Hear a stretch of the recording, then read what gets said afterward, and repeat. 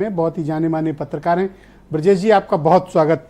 ये क्या चल रहा है सर इन 80 सीटों पर, बीजेपी में, सपा में और बीएसपी में, कांग्रेस में? सर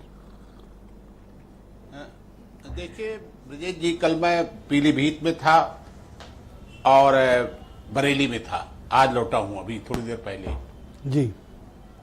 अब चुनावी माहौल के बारे में बता दूं आपको। पीलीभीत में यह चल रहा था कि साहब वरुण आ रहे हैं कि नहीं आ रहे, वरुण आ रहे हैं कि नहीं आ रहे, अभी ये चल रहा था।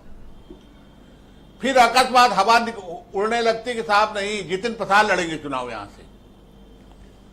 अब है क्या कि मेनका गांधी से बीजेपी नेतृत्व ने कहा कि आपको लड़ना हो पीलीभीत तो आप लड़िए। उन्होंने कहा पहले वरुण को आप वो कर दीजिए, कहां से लड़ेंगे उसके बाद हम निर्णय करें।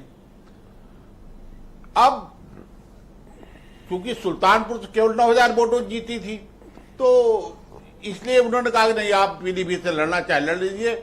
आज इसीलिए वरुण ने पेपर खरीद लिए नामांकन के, ये बता दिया कि नहीं, मैं पीलीभीत से ही चुनाव लड़ूंगा। ये जो प्रमुख केंद्र हैं मैं बताऊं आप, अमेठी और रायबरेली जी। और अमेठी रायबरेली में मैं एक स्टोरी लिख रहा था, तो मैंने वहां फोन किया कांग्रेस के पदाधिकारियों को, तो उन्होंने कहा बिल्कुल तैयारी पूरी है, वो आ रहे हैं, प्रियंका गांधी और राहुल गांधी बिल्कुल फाइनल है, आ रहे हैं। तो बड़े नेताओं के लिए पूरी टीम आ जाती दिल्ली से, तमाम प्रचार होने लगता है, उसकी तैयारी होने लगती है। मैंने जमीन में देखा तो जमीन में कोई तैयारी नहीं है। अब तो हमने पूछा कि भाई तैयारी तो कुछ हो नहीं, कहा नहीं, वो तैयारी 24 घंटे चलती रहती वहां, यहाँ पर अमेठी में। अमेठी में तो ये स्थिति है और ये समस्या है। समस्या ये है कि घोषित नहीं हो रहे हैं, इतने बड़े नाम को घोषित हो जाना चाहिए। बीजेपी इस ताड़ में बैठी है कि किसी तरह यदि नहीं लड़ेंगे तो ये कह देंगे पहले ही चले गए, पहले ही चले गए। तो सारी स्थितियां अभी चुनाव की इस तरह नहीं बन रही हैं।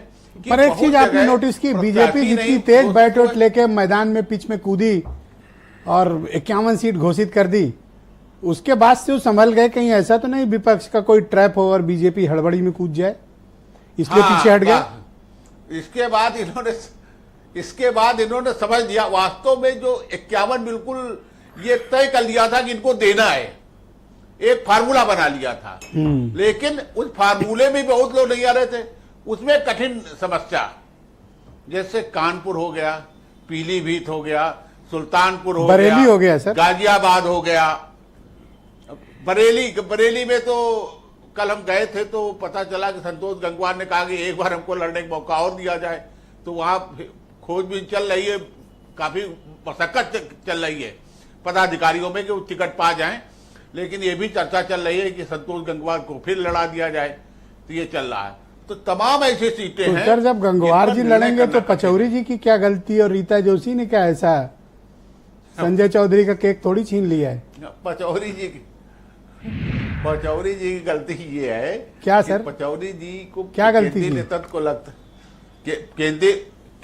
केंद्रीय नेतृत्व को लगता है कि वो सक्रिय नहीं रहे बहुत ज्यादा, और वहां पर आपसी पैर खींचल बहुत है। कानपुर में बहुत ज्यादा आपसी टसल है। तो ये सारी स्थितियां हैं। तो ब्रजेश जी को